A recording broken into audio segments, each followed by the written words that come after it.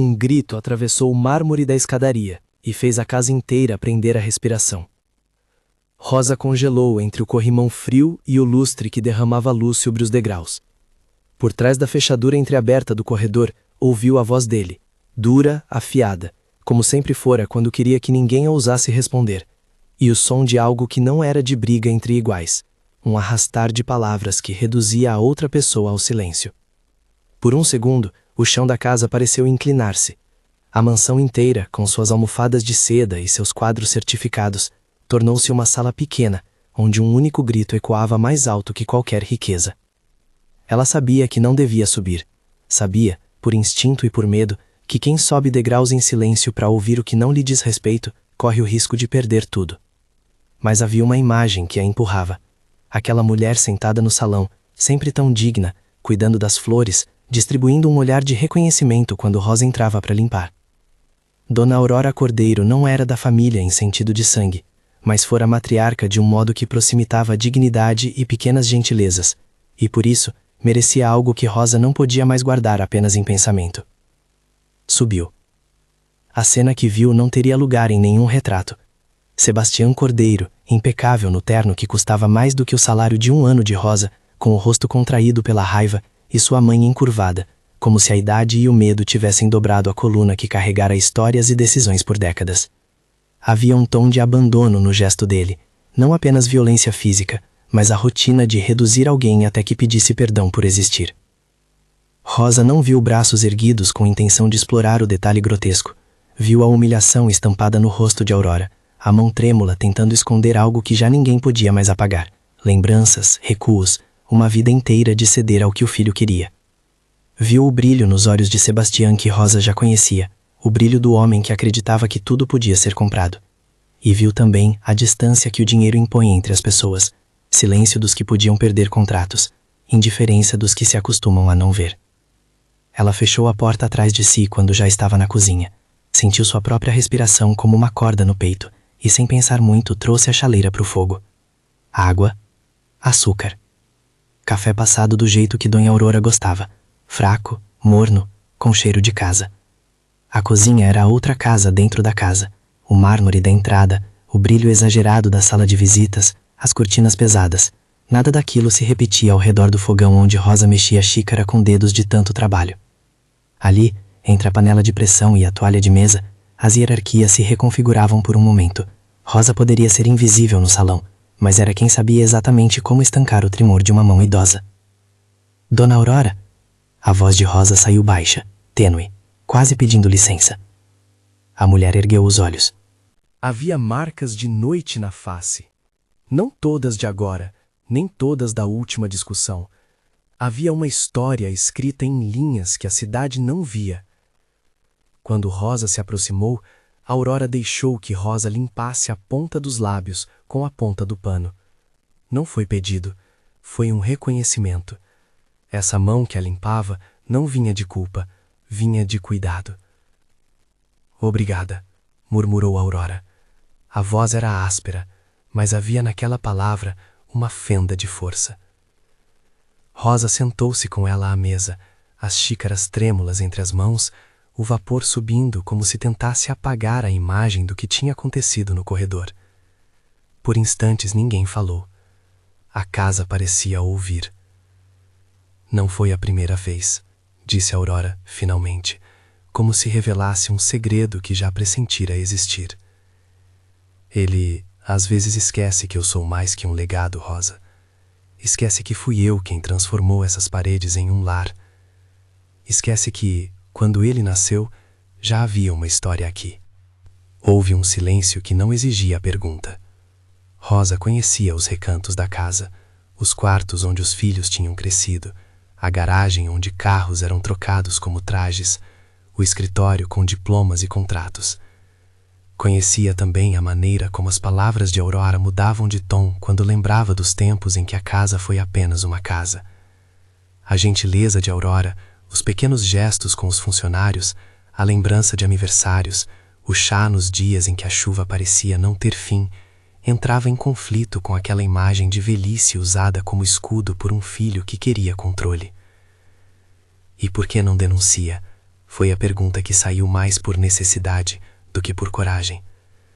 Aurora sorriu, com os olhos marejados, e a tristeza dela era velha como a paciência.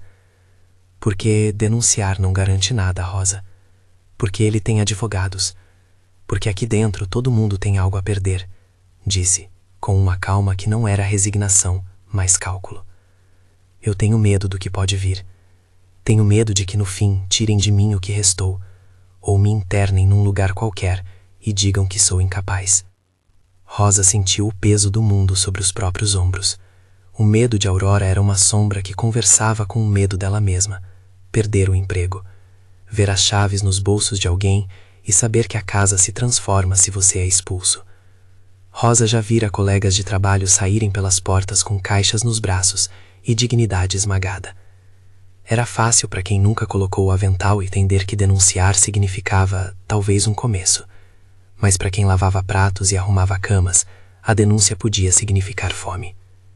E então, algo atravessou o corpo de Rosa como um choque elétrico. Não era só a vida dela que se arriscava. Era a vida daquela mulher que enxergara nela um olhar de reconhecimento. Era a vida das outras que dependiam de Aurora, da sua voz dentro da família, do seu legado de pequenas bondades. Nesse exato momento, a omissão parecia uma cumplicidade. A decisão não veio como um gesto heróico. Veio como um acúmulo de pequenos cortes, um tanto de lembranças. Aurora lembrando de uma noite em que trouxe um casaco antigo para Rosa porque estava frio. A vez em que Aurora chamou Rosa pelo nome na frente de uma visita e Rosa sentiu que existia uma possibilidade de ser vista. Pequenos favores, pequenas historinhas que, vergonhosamente, Rosa guardava como se fossem moedas raras. Eu não posso deixar que façam isso com a senhora, disse ela firme, não sozinha, não mais. Aurora olhou para ela com aquilo que era uma confiança mansa. Não esperava que uma empregada salvasse uma matriarca. Não esperava heroísmo em quem apenas sabia fazer café do jeito certo. Mas naquela cozinha pequena, com a panela ao fogo, houve uma troca de responsabilidades que a casa grande não solicitava. No final do corredor, o telefone vibrou. Rosa ouviu o motor do carro de sempre sair da garagem e achou que era só mais um ruído de rotina. Em poucos minutos, no entanto, um carro lento devorou a rua e parou em frente ao portão. O som trouxe uma lembrança já esperada. Carolina voltara para a cidade. Carolina era filha de Sebastião, uma filha afastada, um nome que passara anos em cartas não enviadas e em telefonemas cortadas. Ela voltara. Isso era algo que a casa sentira como um vento com cheiro de decisão. Rosa lembrava do rosto de Carolina em fotos de família, mais parecida com a mãe do que com o pai, olhos que não se curvavam a ordens, passos que um dia decidiram seguir um caminho próprio. Havia rumores sobre uma briga, sobre escolhas radicais, sobre uma saída que ninguém desejava comentar. O retorno dela naquele dia não seria apenas um acaso. A porta do jardim abriu com um som contido e Carolina entrou, as mãos presas no bolso do casaco, o rosto carregado de perguntas e verdades. Quando viu Aurora, aproximou-se sem cerimônia, e por um momento mãe e filha se reconheceram num silêncio que dizia mais do que longas explicações. Não acredito que o que ele fez, Carolina começou, mas a voz não saiu como acusação. Saiu como quem tenta encaixar peças. Havia no rosto dela uma mistura de culpa e alívio. Eu tentei sair antes que isso tudo acontecesse. Pensei que distância resolveria, mas não resolveu. Rosa observava os dois, sentindo que estava sobre um ponto de inflexão que não tinha mapa. Carolina cruzou o olhar com Rosa como quem procura um aliado inesperado. Havia na filha uma decisão velha e quase silenciosa de não permitir que a mãe fosse reduzida ao que o filho dissera. Eu não posso ficar de braços cruzados, disse Carolina, depois de um instante. Já não posso, não depois de vê-la assim. A chegada de Carolina reconfigurou o risco e a coragem. Onde Aurora temia que o status e os advogados fossem suficientes para calar, Carolina trouxe uma outra possibilidade. Voz pública, recursos, memória de reputação que poderia ser usada contra o próprio filho. Mas também trouxe uma sombra. Se Sebastião descobrisse que ela estava envolvida, ele poderia reagir com força maior. A família era uma máquina de defesa quando o núcleo sentia a ameaça. Com os 3 sentados à mesa, o mundo dentro da casa parecia menor e, ao mesmo tempo, maior. Era como se decisões tomadas num banco de cozinha reverberassem pelas colunas e chegassem até o muro do lado de fora. As questões mudavam de tom. Denunciar para quê? Para que alguém escutasse quando os canais oficiais estavam muitas vezes à venda? Para que as consequências atingissem alguém que acreditava ser intocável? Não podemos confiar só na polícia, disse Carolina em voz baixa. Ele tem amigos. E quando se trata de poder, o dinheiro desloca tudo. E a imprensa? Sugeriu Aurora, com uma sagacidade de quem conhecia os circuitos de reputação.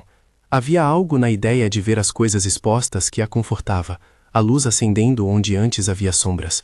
Mas havia também o medo de que a exposição fosse um vendaval que arrancasse aquilo que sobrara dela. Ninguém ali queria soluções fáceis. Ninguém ali acreditava em vitórias rápidas. Mas havia, pela primeira vez, uma determinação que não se limitava a chorar em silêncio. Havia a vontade de transformar a vida íntima em um problema público. Foi Carolina quem falou primeiro do nome que transformaria medo em esperança silenciosa. Mônica Solis, jornalista investigativa com fama de ferir, de ir até o ponto onde a verdade incomoda. Mônica não era do tipo que publicava por amor à fama. Publicava porque acreditava que certas histórias deviam ter luz. Carolina a conhecia por reportagens que haviam derrubado contratos e mudado agendas políticas. Ela já expôs casos maiores. Disse Carolina.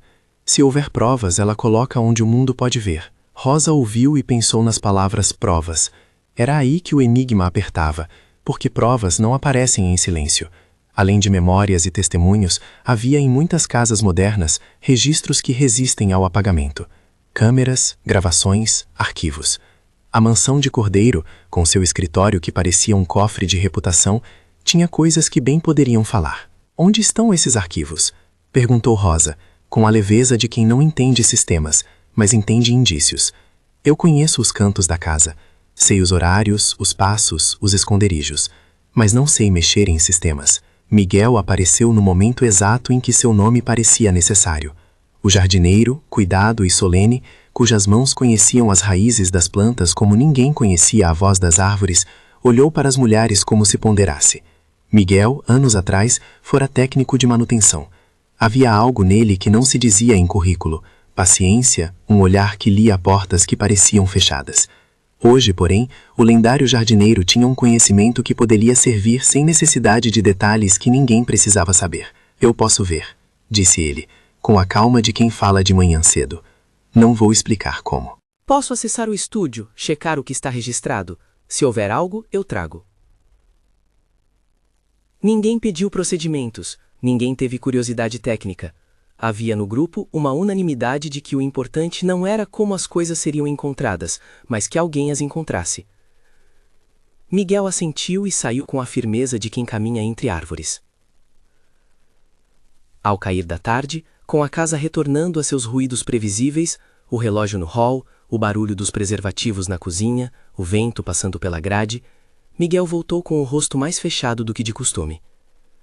Caminhou até a sala onde Aurora e Carolina aguardavam e deixou sobre a mesa um pendrive, um arquivo em papel e um bilhete curto. Há imagens, disse ele, com uma lentidão que dizia respeito à gravidade. E documentos, muito mais do que eu esperava. Rosa sentiu que o ar havia ficado mais denso. Não eram arquivos quaisquer, eram anos, talvez, de registros que depositavam testemunhos concretos onde antes havia apenas lembranças. Ele gravava, murmurou Carolina, com um tom que misturava nojo e surpresa. Não são acidentes isolados. Aurora fechou os olhos. A verdade, quando se apresenta em formatos tão objetivos, tinha uma força peculiar. Não era apenas palavra contra palavra. Era a imagem que não se recolhia. Era som que não se contorcia. E o que isso quer dizer? Perguntou Rosa, pondo a xícara na mesa como se o gesto fosse colocar ordem na tempestade. Carolina olhou para ela com uma clareza que doía. Significa que se isso vaza, não haverá mais forças para ocultar, mas também significa que se não formos cuidadosos, podemos ficar expostos. Ele pode nos atacar de volta. As palavras eram reais. O risco de retaliação não vinha apenas da vingança física, vinha da máquina bem lubrificada de gente poderosa, advogados, jornalistas pagos, contratos que sumiam. Era a lógica do mundo em que riqueza podia comprar silêncio. Rosa sentiu medo, e sentiu mais, um fio de ódio que não era pessoal, mas moral. Havia uma sensação de que todas as pequenas humilhações de que ela fora testemunha, todas as vezes que uma mulher fora reduzida a objeto de conveniência, falavam pela mesma voz. Era uma cadeia de violência tênue, estendida como uma sombra sob a mesa. Não podemos entregar isso à polícia logo, disse Aurora, com a prudência de quem viveu tempos em que o sistema podia ser corrompido. Ele tem quem o proteja. Temos que ter certeza de que uma vez que mostramos, haverá ecos. Foi nesse momento que surgiram as opções. Imprensa, talvez uma denúncia anônima, processos jurídicos coordenados, pessoas de confiança que pudessem blindar a informação. O plano não seria perfeito, mas era um plano, e pela primeira vez, tinham provas. Miguel sentou-se. Não falou dos procedimentos que fizera, falou de tomada de decisão. Disse que havia imagens suficientes para criar um quadro, e que também encontrou algo mais. Um documento com uma proposta de interdição. Rascunhos de papéis que sugeriam que alguém planejava declarar Aurora incapaz e nomear um curador para administrar seus bens. O papel não mentia. Embora não fosse sinônimo de sentença, mostrava intenção. Eles queriam, caso necessário, tirar a autonomia dela, disse Miguel, com a voz baixa. Não há um documento assinado ainda, ao que parece, mas há rascunhos, contatos, agendas. É bem organizado. E eles contavam com o tempo para que ninguém percebesse. A descoberta da proposta de interdição foi como um soco. A realidade assumia uma forma quase palpável. Não se tratava apenas de uma agressão isolada. Tratava-se de um plano para remover a voz e a vontade de uma mulher para fins de controle de patrimônio. Era um golpe que ia além do físico. Era uma estratégia. Se eles conseguirem isso, perdem não só a mãe, mas a memória dela, disse Carolina, com raiva que queimava. Perdem a possibilidade de que alguém se lembre de quem ela foi de verdade. Vão transformar tudo num inventário. Rosa sentiu a verdade dessas palavras como uma lâmina de decisão. Não se tratava apenas de justiça física. Era questão de memória, de legado, de impedir que uma vida se tornasse uma nota de rodapé. Na penumbra da sala, as 4 pessoas, Aurora, Rosa, Carolina e Miguel, fizeram então um pacto mudo. Não era elegância, era necessidade. Havia uma urgência que queimava, porque tempo naquele mundo corria ao favor dos poderosos. Precisamos documentar, disse Carolina, e precisamos proteger a Dona Aurora de qualquer manobra imediata. Se ele tenta fazer algo agora, temos que reagir, não sozinhos, com testemunhas. Aurora olhou para as mãos, sentindo nelas o peso de decisões que sempre quisera evitar, mas que naquele momento pareciam inevitáveis. Não entro em nada que me exponha de forma irresponsável, disse ela, de forma firme. Mas se há alguma chance de que, abrindo as portas, outras mulheres não passem por isso, então eu me exponho. Essa foi a virada que ninguém esperava e que todo mundo esperava. A matriarca se levantava da cadeira com mais que idade, levantava-se com agência. A coragem de Aurora não vinha da ignorância, vinha de uma decisão consciente de enfrentar a própria história para evitar que outras a repetissem. O plano, nas primeiras linhas, era simples: validar o material, escolher um caminho que protegesse a Aurora e buscar alguém que colocasse a história em luz pública de modo responsável. Carolina lembrou-se de Mônica. Miguel disse que poderia levar o material até alguém que não se vendia. Rosa declarou que faria tudo o que estivesse ao alcance de suas mãos. Quando falaram no nome da jornalista, houve uma hesitação. Entregar o material a alguém do lado de fora era confiar uma parte de vida na mão de outra pessoa. Mas havia razões. Mônica, conheciam, não se curvava fácil. E a voz pública poderia ser o escudo que transformasse um caso particular numa questão de interesse coletivo. Se vamos fazer isso, disse Rosa com algo de firme, temos de estar certas de que protegemos a Dona Aurora. Ela não pode virar um espetáculo. Carolina assentiu. Não será espetáculo, será exposição, diferença crítica. Ao cair da noite, quando a casa finalmente baixou a cortina e as portas ficaram com um tom mais fechado, Miguel levou o pendrive e os documentos para um lugar seguro. Não havia detalhes de como, apenas a certeza de que havia arquivos. Eles tinham o suficiente para abrir uma história que poderia ruir reputações.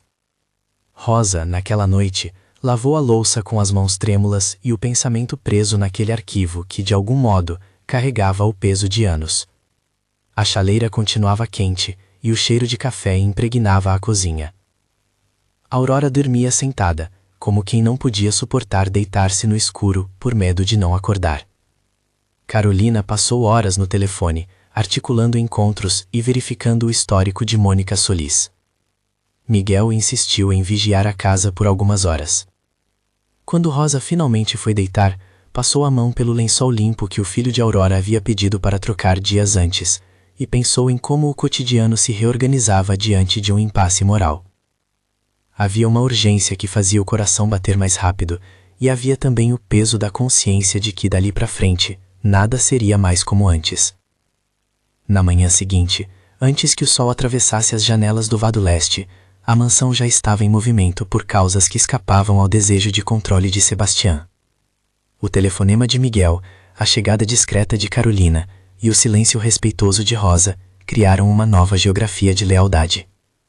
Rosa olhou para Aurora, que ajeitou a xícara com mãos que, apesar do tremor, seguravam firme. Havia um olhar entre as duas que não precisava de palavras. Ou faziam aquilo juntas, ou a história daquele lar se perderia no rumor do que a riqueza decide apagar. Se você quer saber o que aconteceu depois, fique conosco e inscreva-se. Os dias seguintes trouxeram pequenas batalhas, conversas em voz baixa com advogados que aceitavam trabalho sem perguntar demais, telefonemas dispersos com contatos que se ofereciam a ajudar e olhares estranhos de funcionários que, ao saber de alguma coisa, baixavam o tom. A mansão fermentava em rumores. A cidade, ainda por fora, não sabia que algo estava prestes a se abrir como uma ferida à vista pública. Rosa viu nos olhos de Carolina a determinação de quem sabe o preço que se paga por enfrentar a família. Ficavam juntas em planos noturnos, discutindo o que mostrar e o que resguardar. E Miguel, sempre com passos lentos, mantinha a promessa de guardar os arquivos como quem guarda relíquias. Em um desses encontros, Miguel colocou sobre a mesa algo que ninguém esperava. Um arquivo que não era apenas vídeo. Havia áudios, mensagens e um documento que explicava, com datas e nomes, tentativas de controlar a autonomia de Aurora. Lê-los era atravessar anos de intuito e ação organizada. Não eram acasos. Isso não será apagado com dinheiro, disse Miguel, quando o preço da vergonha ultrapassa o preço do silêncio. Não é algo que se compra fácil. A observação tinha uma dureza. A reputação também se quebra quando a verdade aparece com clareza. E a verdade, em arquivos, tem o costume de falar mais alto que sorrisos ensaiados e notas bancárias. Mas havia um problema prático que nenhum arquivo resolvia: a capacidade de tornar aquilo público sem expor Aurora a retaliações imediatas. Sebastião não dormia no escuro. Ele tinha redes, pessoas que, se alertadas, poderiam antecipar movimentos. E havia a manobra legal planejada para declarar Aurora incapaz, que, em caso de êxito, poderia tornar inútil qualquer exposição. Precisamos de um plano que nos proteja enquanto abrimos, disse Carolina. Precisamos de testemunhas e de respaldo público. A imprensa é a nossa melhor arma, e o seu risco. E se ele reagir? Perguntou Rosa, com a voz baixa. E se ele nos acusar de invasão, de roubo? E se... A lista de "e se" crescia como erva daninha. A solução encontrada, no entanto, foi simples na lógica. Antes de expor ao mundo, buscaria uma profissional que sabiam capaz de coordenar a publicação de forma a reduzir o risco e maximizar a proteção.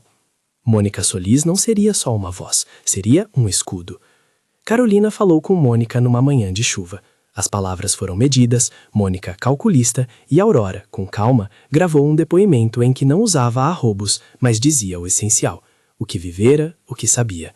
Era um depoimento de memória, de quem não pedia piedade, mas pedia justiça. Mônica ouviu e concordou em analisar o material antes de qualquer publicação.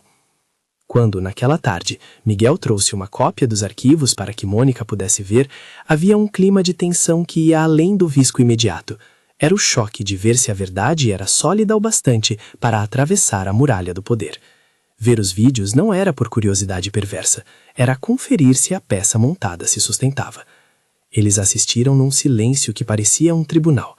As imagens não foram reproduzidas aqui, o que importavam eram as reações. O rosto de Carolina ficando pálido, as mãos de Aurora tremendo, não de vergonha, mas de reconhecimento do que pudera ser provado. Rosa sentindo que a boca estava seca, enquanto as peças finalmente se encaixavam. É muito, disse Mônica, com frieza de jornalista que sabe o que o material pode abrir. É contundente, mas é perigoso. Para vocês, para a dona Aurora. Era uma notícia e um aviso. Mônica sabia que publicar exigia coragem técnica e legal, e, acima de tudo, estratégia. Não bastava mostrar o crime, era preciso proteger as pessoas que, corajosamente, decidiam contar. A dicotomia entre exposição e proteção ficou mais nítida quando, ao final do dia, Miguel ofereceu algo que ninguém esperava. Além dos arquivos, havia também um documento que explicitava as intenções de interdição. Rascunhos com horários de consultas médicas, listas de contatos e anotações sobre contratos. Parecia um mapa de como tentariam, lentamente, retirar a autonomia de Aurora. Eles não planejam apenas intimidar, disse Miguel. Planejam neutralizar. Se isso andar, a senhora aqui perde a face pública, e aí terá pouca chance de reagir. Carolina fechou os olhos. A noção de perda de voz era mais dolorosa que a memória do grito na escadaria. Era silêncio burocrático que mata de outra forma. Naquele instante, com o material em mãos e a decisão tomada de levar a história adiante, um novo elemento surgiu na equação. A reputação de Sebastián, construída ao longo de décadas, dependia de redes que se moveriam para conter a crise. E o primeiro movimento que ele poderia fazer era fechar o acesso.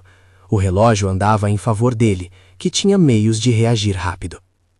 O plano tomou forma em passos medidos: validar o conteúdo com Mônica, encontrar formas de expor sem colocar Aurora numa vitrine de sofrimento, abrir caminhos jurídicos com profissionais de confiança e, se necessário, preparar respostas para os ataques.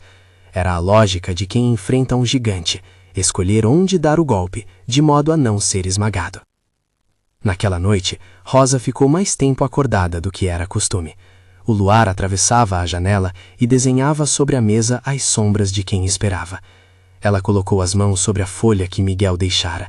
A leitura das palavras parecia, de alguma forma, formalizar a responsabilidade que agora carregava. A sensação era paradoxal. Ela era uma empregada, mas não apenas isso. Era uma testemunha, uma guardiã e talvez uma catalisadora. Cada passo adiante significava risco, mas também possibilidade. Rosa pensou nas outras mulheres da cidade que talvez estivessem passando pela mesma coisa e não tivessem sequer alguém que lhes limpasse a face num café morno. Pensou que, se tivessem voz pública, talvez não precisassem esperar por uma emergência para serem ouvidas.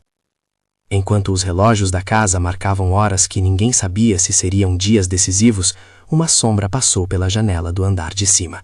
Alguém lá fora observara algo. Rosa ergueu a cabeça, aprumou-se e percebeu que o segredo já não estava mais confinado à cozinha. As casas grandes têm janelas que ouvem e o silêncio também escuta. O momento decisivo aproximava-se. Havia um encontro marcado com Mônica para a manhã seguinte. Havia uma lista de perguntas, de proteções, de caminhos a seguir.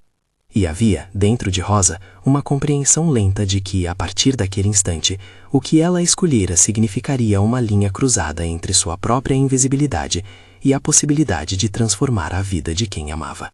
Fechou a cafeteira, olhou para a Aurora e, sentindo o peso e a esperança ao mesmo tempo, quis acreditar que aquilo tudo seria suficiente para mudar um destino que até então parecia escrito por mãos estrangeiras.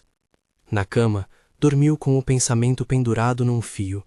Se aquilo vencesse, não seria apenas uma vitória pessoal, seria talvez o início de algo maior. Se perdesse, saberia que arriscara por algo que acreditara justo. Antes de fechar os olhos, passou a mão no próprio rosto e repetiu, em voz baixa, uma frase que Aurora lhe dissera certa vez, enquanto recolhiam roupas no varal: toda dignidade é contada. Quando a madrugada ainda era quase escura, alguém bateu à porta. O golpe foi breve, firme. Rosa levantou-se com o coração apertado. Não sabia se era uma entrega de coragem ou de perigo. Ao abrir a porta, encontrou um bilhete dobrado, sem remetente. Nele, apenas uma palavra: cuidado. O papel caiu das mãos dela, como se uma sentença acabasse de ser proferida. Fora um aviso, uma ameaça, um pedido de ajuda. Rosa não sabia. Mas a mensagem era clara. Já não era possível recuar por completo. Quem mais na cidade sabia do que havia sido descoberto? Quem estava atento o suficiente para preparar uma armadilha? No quarto ao lado, Aurora despertou com o som da porta. Carolina já estava silenciosa, o cigarro apagado na cinzeira. Miguel fora visto entre as sombras do jardim, olhos no muro. Havia entre todos, naquele momento, uma tensão nova. Não a tensão da escolha, mas a tensão da exposição iminente. O arquivo estava guardado, o plano estava traçado. E a cidade, lá fora, começava a ter pela primeira vez uma rachadura que podia ser escancarada. Naquele instante, enquanto o sol ainda ensaiava subir, Rosa sentiu que a história que ela começara por ouvir na escada já não pertencia só à casa. Pertencia às ruas, aos cafés, às famílias silenciosas que guardavam segredos. Pertencia à Aurora, que havia decidido não ceder ao último uso. Pertencia a Carolina, que voltara para enfrentar o próprio sangue. Pertencia a Miguel, que havia escondido provas, e a Mônica, que agora carregava nas mãos a possibilidade de transformar aquilo em revolução. Era um começo, e como todo começo, vinha acompanhado de medo e também de esperança. Rosa pensou no que faria quando o primeiro holofote apontasse para casa. Como proteger a Aurora sem transformar sua história em espetáculo. Como confrontar um homem que acreditava dominar o jogo do poder.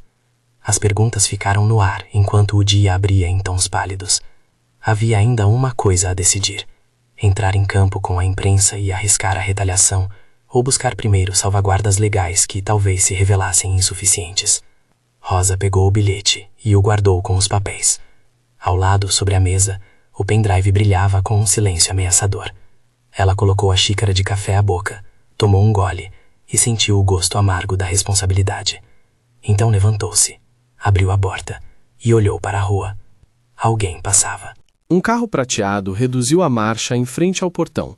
Rosa reconheceu o modelo, não o motorista. O carro parou, o vidro desceu e uma voz chamou um nome que ninguém ali queria ouvir. O som era pequeno, mas no momento em que se espalhou pelo ar leve da manhã, foi suficiente para fazer Rosa entender que a linha que separava a casa do mundo estava prestes a ser cruzada. O carro prateado reduziu a marcha e o vidro desceu como uma lâmina. Uma voz reconhecível, neutra e calculada, chamou o nome de Aurora como quem notifica um contrato. Senhora Cordeiro, precisa conversar. Foi o suficiente para que todas as janelas da sala se voltassem para a rua. O som, pequeno, carregava a capacidade de romper deliberadamente a rotina daquela casa. Rosa sentiu a pressão no peito. A presença do carro confirmou o que já vinha nas sombras. O sigilo tinha se tornado insustentável. Alguém, no mundo de fora, sabia que algo se movia ali dentro. A pergunta agora era só uma: quanto tempo levava até que o poder se articulasse de novo e com que força? Carolina foi até a porta. Não abriu direito, apenas deixou a fresta para que o emissário falasse. Um homem com terno escuro, expressão controlada, lançou palavras suaves como se oferecesse um gesto de conciliação. A situação aqui pode ser resolvida de forma privada. Não precisa virar espetáculo. Podemos evitar transtornos. Aurora ergueu o rosto com uma firmeza que Rosa ainda estava aprendendo a reconhecer. Havia nela uma calma que já não soava como medo. Respondendo em tom sereno, disse apenas: minha vida não é um negócio. Vou ouvir minha filha. O homem fez um gesto, como quem sugere prudência, e o carro arrancou. O aviso tinha chegado. Não era a ameaça direta, era um sinal de quem detém recursos. Era uma declaração de que os próximos passos seriam observados. No mesmo dia, Mônica solicitou um encontro em sua sala de reportagem. O ambiente da redação era outra linguagem: prateleiras com recortes, mesas com computadores e um quadro onde as pautas mais perigosas pendiam como medalhas. Mônica recebeu Aurora, Carolina, Rosa e Miguel com a objetividade fria que sempre trouxe a seu trabalho. Era preciso ouvir sem espetáculo. Era preciso medir o risco e o ganho. Vocês têm consciência do que essa publicação pode provocar? Perguntou Mônica, sem rodeios. Não é apenas sobre expor um homem ruim. É colocar uma idosa sobre holofotes que costumam destruir vidas, inclusive as de testemunhas. Quero saber se estão preparadas, disse olhando para a Aurora. A Aurora não hesitou. Sua voz firme agora soava não por bravata, mas por uma decisão que vinha de dentro. Estou preparada. Se minha história pode evitar que outras mulheres passem por isso, eu me exponho. Não sou eu sozinho que importa. É o que podemos evitar. Mônica assentiu. Ela explicou àquelas mulheres e Miguel como trabalhava. Checagem de material, conferência de fontes, proteção de identidades quando necessário. Não entrou em detalhes legais ou técnicos. Falou sobre um fator essencial: timing. Publicações mal sincronizadas aumentam risco. Publicações coordenadas podem transformar a indignação em movimento. Nos dias que seguiram, a rotina acelerou. A equipe de Mônica trabalhou com cautela, validando datas, nomes e a integridade dos arquivos. A jornalista pediu que Aurora repetisse, para a câmera, um relato simples. O que havia vivido, sem apelos melodramáticos, sem coro de vítimas, apenas a verdade dita por quem a tinha vivido. Aurora gravou. Fez questão de sentar como fazia na sala dela, com o lenço no colo, olhando para a lente com a clareza de quem falava para todas as mulheres invisíveis. Enquanto isso, Miguel foi incumbido de manter a cópia dos arquivos em local seguro. A presença dele, discreta e constante, tranquilizava Rosa. Ele havia demonstrado algo que não era técnica: lealdade. E em momentos onde o poder se movimenta, lealdade é moeda rara. O nervosismo, contudo, permaneceu. Pequenos sinais: um carro que passava 2 vezes pela rua, um vizinho novo que mirava o portão mais do que o normal, funcionavam como indicadores da tensão que se acumulava. Era a sensação de que o mundo estava prestes a olhar para aquela casa. E olhar poderia significar justiça, mas também poderia significar retaliação. Na véspera da publicação, Mônica convocou uma reunião tensa. Carolina segurava as mãos de Aurora. Rosa permanecia na cozinha, observando a cena como se os rostos à mesa fossem uma pequena fortaleza. Mônica delineou o plano. A matéria seria publicada em horário estratégico, com os vídeos selecionados e com o depoimento de Aurora em conjunto. Haveria uma nota sobre o rascunho de interdição, sobre os documentos que demonstravam tentativa de controlar sua autonomia. Não se tratava de destruir reputações por prazer, disse Mônica, mas de transformar provas em urgência pública. Vocês não estarão sozinhas, afirmou a jornalista.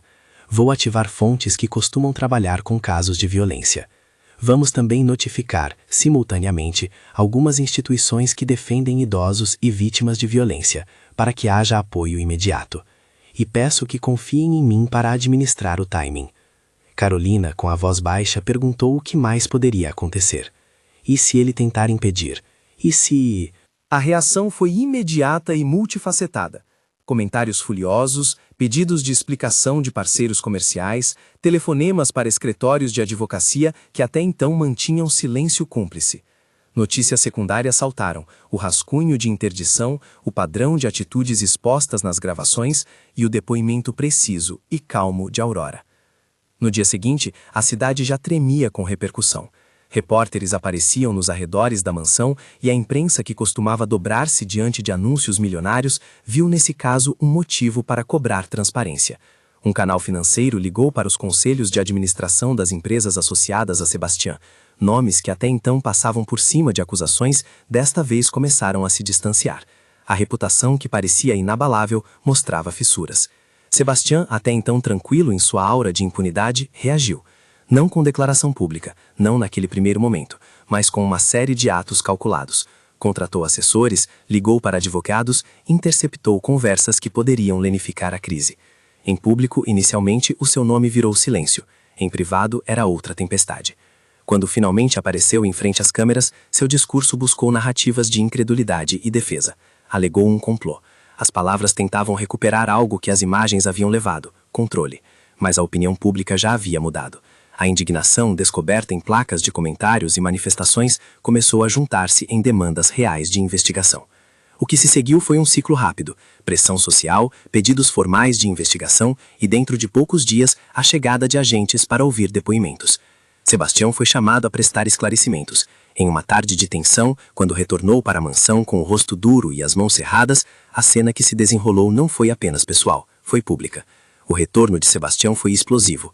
No corredor principal, ele encontrou Carolina conversando com alguns repórteres. A troca foi rápida e a hostilidade direta. Ele segurou o braço de Carolina com força, como se quisesse demonstrar poder. Havia câmeras, havia olhos. Pessoas que por anos haviam virado o rosto, agora registravam. A polícia, que até então havia sido lenta em tomar iniciativa, recebeu incontáveis denúncias, pedidos e solicitações de investigação. A pressão social ocasionou um movimento institucional, uma dinâmica que, embora imperfeita, começou a operar em favor das vítimas. Em um final de tarde que lembrava a densidade de um tribunal, policiais apareceram na frente da mansão. Havia braços vigilantes entre as equipes, mas não houve cena de filme. A prisão ocorreu de forma discreta. Agentes cumpriram um mandado relacionado a acusações que naquele momento já ganhavam corpo nas investigações. Foi a primeira vez que a figura de Sebastião foi tratada como de um homem comum, passível de medidas que antes raramente eram tomadas contra os poderosos. Rosa observava tudo de longe, com as mãos suadas segurando o pano de prato que havia usado para secar a louça. Para ela, a prisão não era apenas uma vitória, era um ponto de virada que transformava medo em possibilidade. As lágrimas que vieram foram silenciosas, não de celebração histérica, mas de alívio controlado. A justiça, ainda que parcial, mostrava que a verdade, quando sustentada por provas, pode atravessar muros. A queda de Sebastião teve reflexos que iam além da prisão. Seus negócios sofreram, parceiros que temiam o escândalo começaram a romper contratos, sócios pediram afastamento. A máquina de reputação que o mantinha impune mostrou que sua blindagem dependia de acordos frágeis quando subitamente exposta a uma força maior, a voz coletiva. Isso não significa que morreu o poder do dinheiro, mas que naquele episódio, a combinação de provas e pressão social conduziu a consequências reais. Por alguns dias, as ruas foram testemunhas de discursos públicos sobre responsabilidade e sobre a invisibilidade dos que servem. Ouvir Rosa ser chamada a depor, na condição de testemunha principal, foi um momento de reconhecimento que a deixou sem ar. Não era só sobre provar um fato jurídico, era sobre dar voz a uma vida inteira de serviço, dedicação e resistência. Em depoimentos que duraram horas, Rosa falou com firmeza, com todo o grito, do café, das noites de silêncio e da convicção de que o que se via não poderia ser a última palavra. A exposição judicial caminhou com passos incertos. Houveram audiências, recursos e argumentos que oscilavam entre a defesa e a acusação. O processo, sempre lembravam os advogados de Mônica, poderia levar tempo e não garantia resultados absolutos. Mas a prisão e as provas já tinham alterado um terreno. A sociedade deixara claro que a tolerância era menor do que antes. Enquanto o caso ganhava páginas em jornais e espaço em debates na televisão, a vida doméstica da Casa dos Cordeiro reconfigurou-se. A presença de Aurora tornou-se símbolo. Em entrevistas, ela se recusou a ser reduzida à vítima patética. Em frente às câmeras, falou com a calma de quem escolhe palavras precisas. Eu fui tratada como se minha autonomia fosse negociável. Hoje digo que a autonomia se defende. Com o caso público, surgiram também demandas por políticas mais claras para proteção a idosos vulneráveis e para reconhecimento do papel das trabalhadoras domésticas. Mesas redondas, ONGs e coletivos começaram a articular formas de apoio. Carolina, que retornara à cidade movida pela consciência de não poder continuar distante, envolveu-se em articulações para transformar o episódio em algo maior. Para ela, a exposição servia não só para punir um ato, mas para construir mecanismos que reduzissem a repetição daquela violência em outras casas. Enquanto os tempos processuais seguirem seu curso imprevisto, as protagonistas da mudança decidiram investir em algo concreto: transformar parte da mansão, ou o dinheiro que restava, em um centro de apoio. A ideia aconteceu numa tarde abafada, entre argumentos práticos e um consenso moral.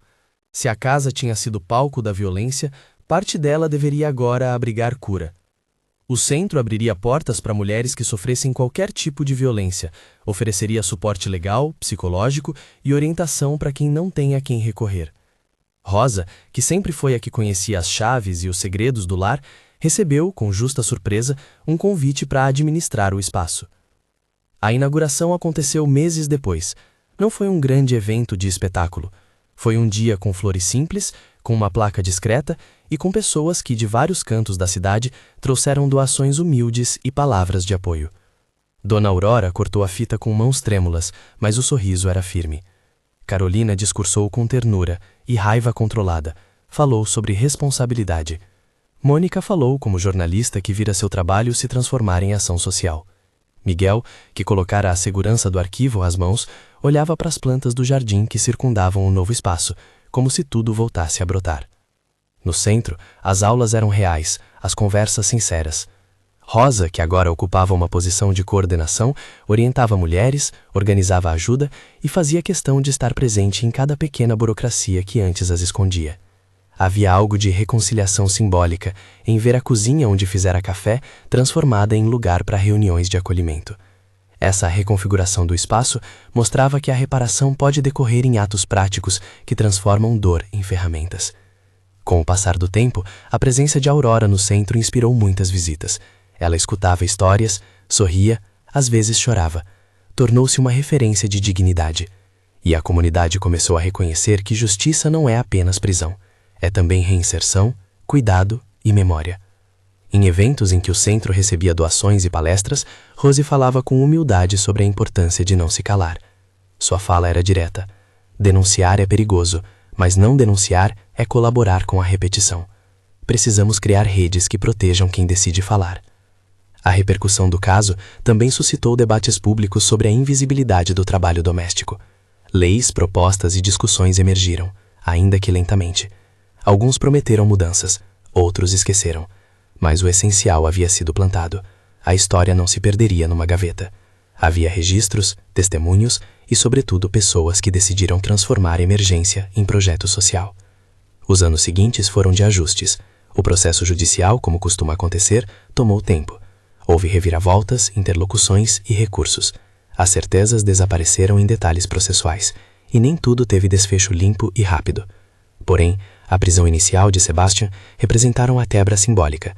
Alguém considerado intocável havia sido levado a responder por seus atos. Para muitas mulheres, isso bastou como precedente. O centro ampliou seu alcance. Passou a receber jovens vítimas, homens buscando orientações sobre masculinidades, famílias inteiras. Tornou-se um ponto de atenção na cidade. Rosa, no papel administrativo, aprendeu a lidar com patrocínios, relatórios e voluntários. Aprendeu, sobretudo, a delegar. Mais do que gerenciar, tornou-se ponte entre histórias e recursos. Seu rosto, antes desconhecido pelos que frequentavam as áreas de poder, passou a ser reconhecido como quem fazia a ligação entre sofrimento e ajuda. A vida, entretanto, não é uma linha reta. Dona Aurora, que havia elegido transformar seu sofrimento em palavra, adoecera com a idade. Não era fruto da violência direta, mas o peso dos anos e as marcas do passado finalmente cobravam uma conta que ninguém poderia evitar. Nos últimos meses, ela se recolheu. O centro continuou suas atividades sob a direção de Rosa e Carolina, e visitas discretas se fizeram constantes. O funeral aconteceu em um dia de sol pálido. Houve lágrimas, sim, e também muitos testemunhos. Pessoas que, graças à Aurora, haviam sentido um acolhimento inesperado. Amigos de outras décadas compareceram e falaram do espírito daquela mulher que, mesmo em meio à tentativa de retirá-la de sua autonomia, preferiu agarrar a sua dignidade pública. Rosa, ao lado do caixão, tocou o lenço que Aurora sempre usara. Sentiu uma mistura de perda profunda e gratidão. A morte de Aurora foi também uma cerimônia de celebração, da sua vida, de sua coragem e da semente que deixara. Nos funerais, Carolina fez um discurso simples. Falou sobre mãe, sobre memória e sobre a obrigação de não deixar que o legado seja apagado por interesses. Mônica, presente, comentou sobre o papel do jornalismo na proteção de vidas, mas também sobre os limites de uma profissão que não substitui redes sociais de apoio. Miguel, o jardineiro antigo técnico, colocou flores no caixão como quem devolve algo ao ciclo. E o centro, inaugurado por Aurora, continuou a funcionar, agora com mais nomes associados e mais histórias para acompanhar. Rosa, em particular, sentiu que sua vida se transformara de formas que não imaginara. O avental que vestia havia dado lugar a reuniões, planilhas e conversas com financiadores, mas ela manteve o hábito de fazer café como fazia para Aurora. Em pequenos gestos, a rotina do passado permanecia viva. No entanto, havia uma mudança profunda. Antes, quando limpava uma mesa, sentia que sua ação era invisível. Agora, quando organizava um grupo de apoio, via o efeito concreto de sua intervenção. Aquilo a empoderou. Com o tempo, o nome de Sebastião foi reduzido a capítulos de processos que, como muitos, tinham suas complexidades. Para alguns, a história foi mais que um caso. Foi exemplo de que silêncios podem ser rompidos. Para outros, foi uma batalha que expôs falhas institucionais. Mas para a maioria que passou pelo centro, foi uma lembrança de que a coragem de um pequeno ato pode gerar ondas. Em um aniversário do centro, Rosa foi convidada a falar. Não por suas habilidades de oradora, mas por ter sido a primeira testemunha, a primeira ponte entre aquilo que ocorreu e a resposta coletiva. Levantou-se diante de uma pequena plateia de voluntários, vítimas e apoiadores e falou com a simplicidade que lhe era natural. Não me sinta uma heroína, disse. Não me sinto assim. Fui uma mulher com medo, que decidiu que o medo não podia ser o último argumento. Quem muda as coisas, muitas vezes faz isso por puro amor ao outro. Faço isso porque aprendi que a dignidade de cada pessoa vale o risco de uma palavra dita em público. As palmas foram tímidas, mas sinceras. Naquele momento, Rosa não estava apenas cobrindo a lacuna de serviços. Estava costurando um tecido social que aos poucos se tornava mais resistente ao silêncio. E isso, para ela, era um consolo. Certa tarde, já com o centro em funcionamento pleno, Rosa recebeu uma carta simples, uma oferta de trabalho para coordenar programas em outra cidade. Era um reconhecimento de seu trabalho e também um convite a multiplicar a ideia. Ao lado do envelope, um bilhete de Carolina revelava novos projetos, políticas públicas em debate, demandas por linhas de apoio e uma mobilização para tornar a proteção a idosos uma prioridade. Rosa pensou em Aurora e sorriu com as lembranças. O tempo em que a mulher a chamava pelo nome, os cafés, o lenço, a leveza com que dizia que toda dignidade é contada. Hoje, aquele pensamento era um motor. Ela aceitou a proposta com a mesma calma com que um dia havia decidido subir a escada. Não por ambição, mas por compromisso. Os anos passaram, a memória do Brito na escadaria permaneceu, mas perdeu parte do peso do medo. Tornou-se lembrança catalisadora de mudança. O centro ajudou centenas de pessoas. Histórias de recuperação surgiram, e mesmo as que não tiveram justiça plena, encontraram apoio afetivo. Isso não apaga a dor, mas reconfigura a narrativa, de invisibilidade para a atuação. No fim, o legado de Aurora não foi apenas a queda de um poderoso, nem a prisão que, embora simbólica, mostrou que a verdade pode incomodar. Seu legado foi a transformação de um lar, onde o silêncio imperava, em um espaço que escutava. E a coragem de Rosa, aquela que decidiu não voltar atrás quando ouviu o primeiro grito, foi bússola para muitas. Em uma tarde de vento, Rosa caminhou pelo jardim do centro e observou as mãos que plantavam novas mudas. Era um gesto simples: regar, cavar, cuidar. Pensou como a vida exige pequenas ações repetidas para gerar mudança. Lembrou-se do pendrive que Miguel trouxera, da xícara de café, do bilhete "Cuidado", que um dia fizera o coração apertar. Sorriu. A lembrança do susto agora servia para ensinar vigilância sem medo. Ela sabia, ao mesmo tempo, que tudo aquilo não era uma garantia universal. As estruturas de poder continuavam existindo. O dinheiro ainda tenta comprar silêncio. Mas ali, naquele pequeno espaço, havia uma alternativa. Redes que acolhem e a certeza de que ninguém mais teria apenas o silêncio como resposta. Havia também a lição de que denunciar é um processo coletivo, que exige aliados, estratégia e coragem. Ao fechar a porta da sala administrativa naquela noite, Rosa pensou em Aurora e repetiu baixinho as palavras que a matriarca dizia com simplicidade. Toda dignidade é contada. Sorriu ao imaginar quantas dignidades agora teriam contadores, testemunhas e um lugar para reconstruir suas histórias. Se esta história tocou você, compartilhe. Faça com que a voz de quem sofre encontre a mão de quem pode ajudar. Nos links da descrição há informações sobre centros de apoio locais e formas de contato para quem precisa. Não ignore um grito. Às vezes, ele é o começo de uma mudança que salva vidas.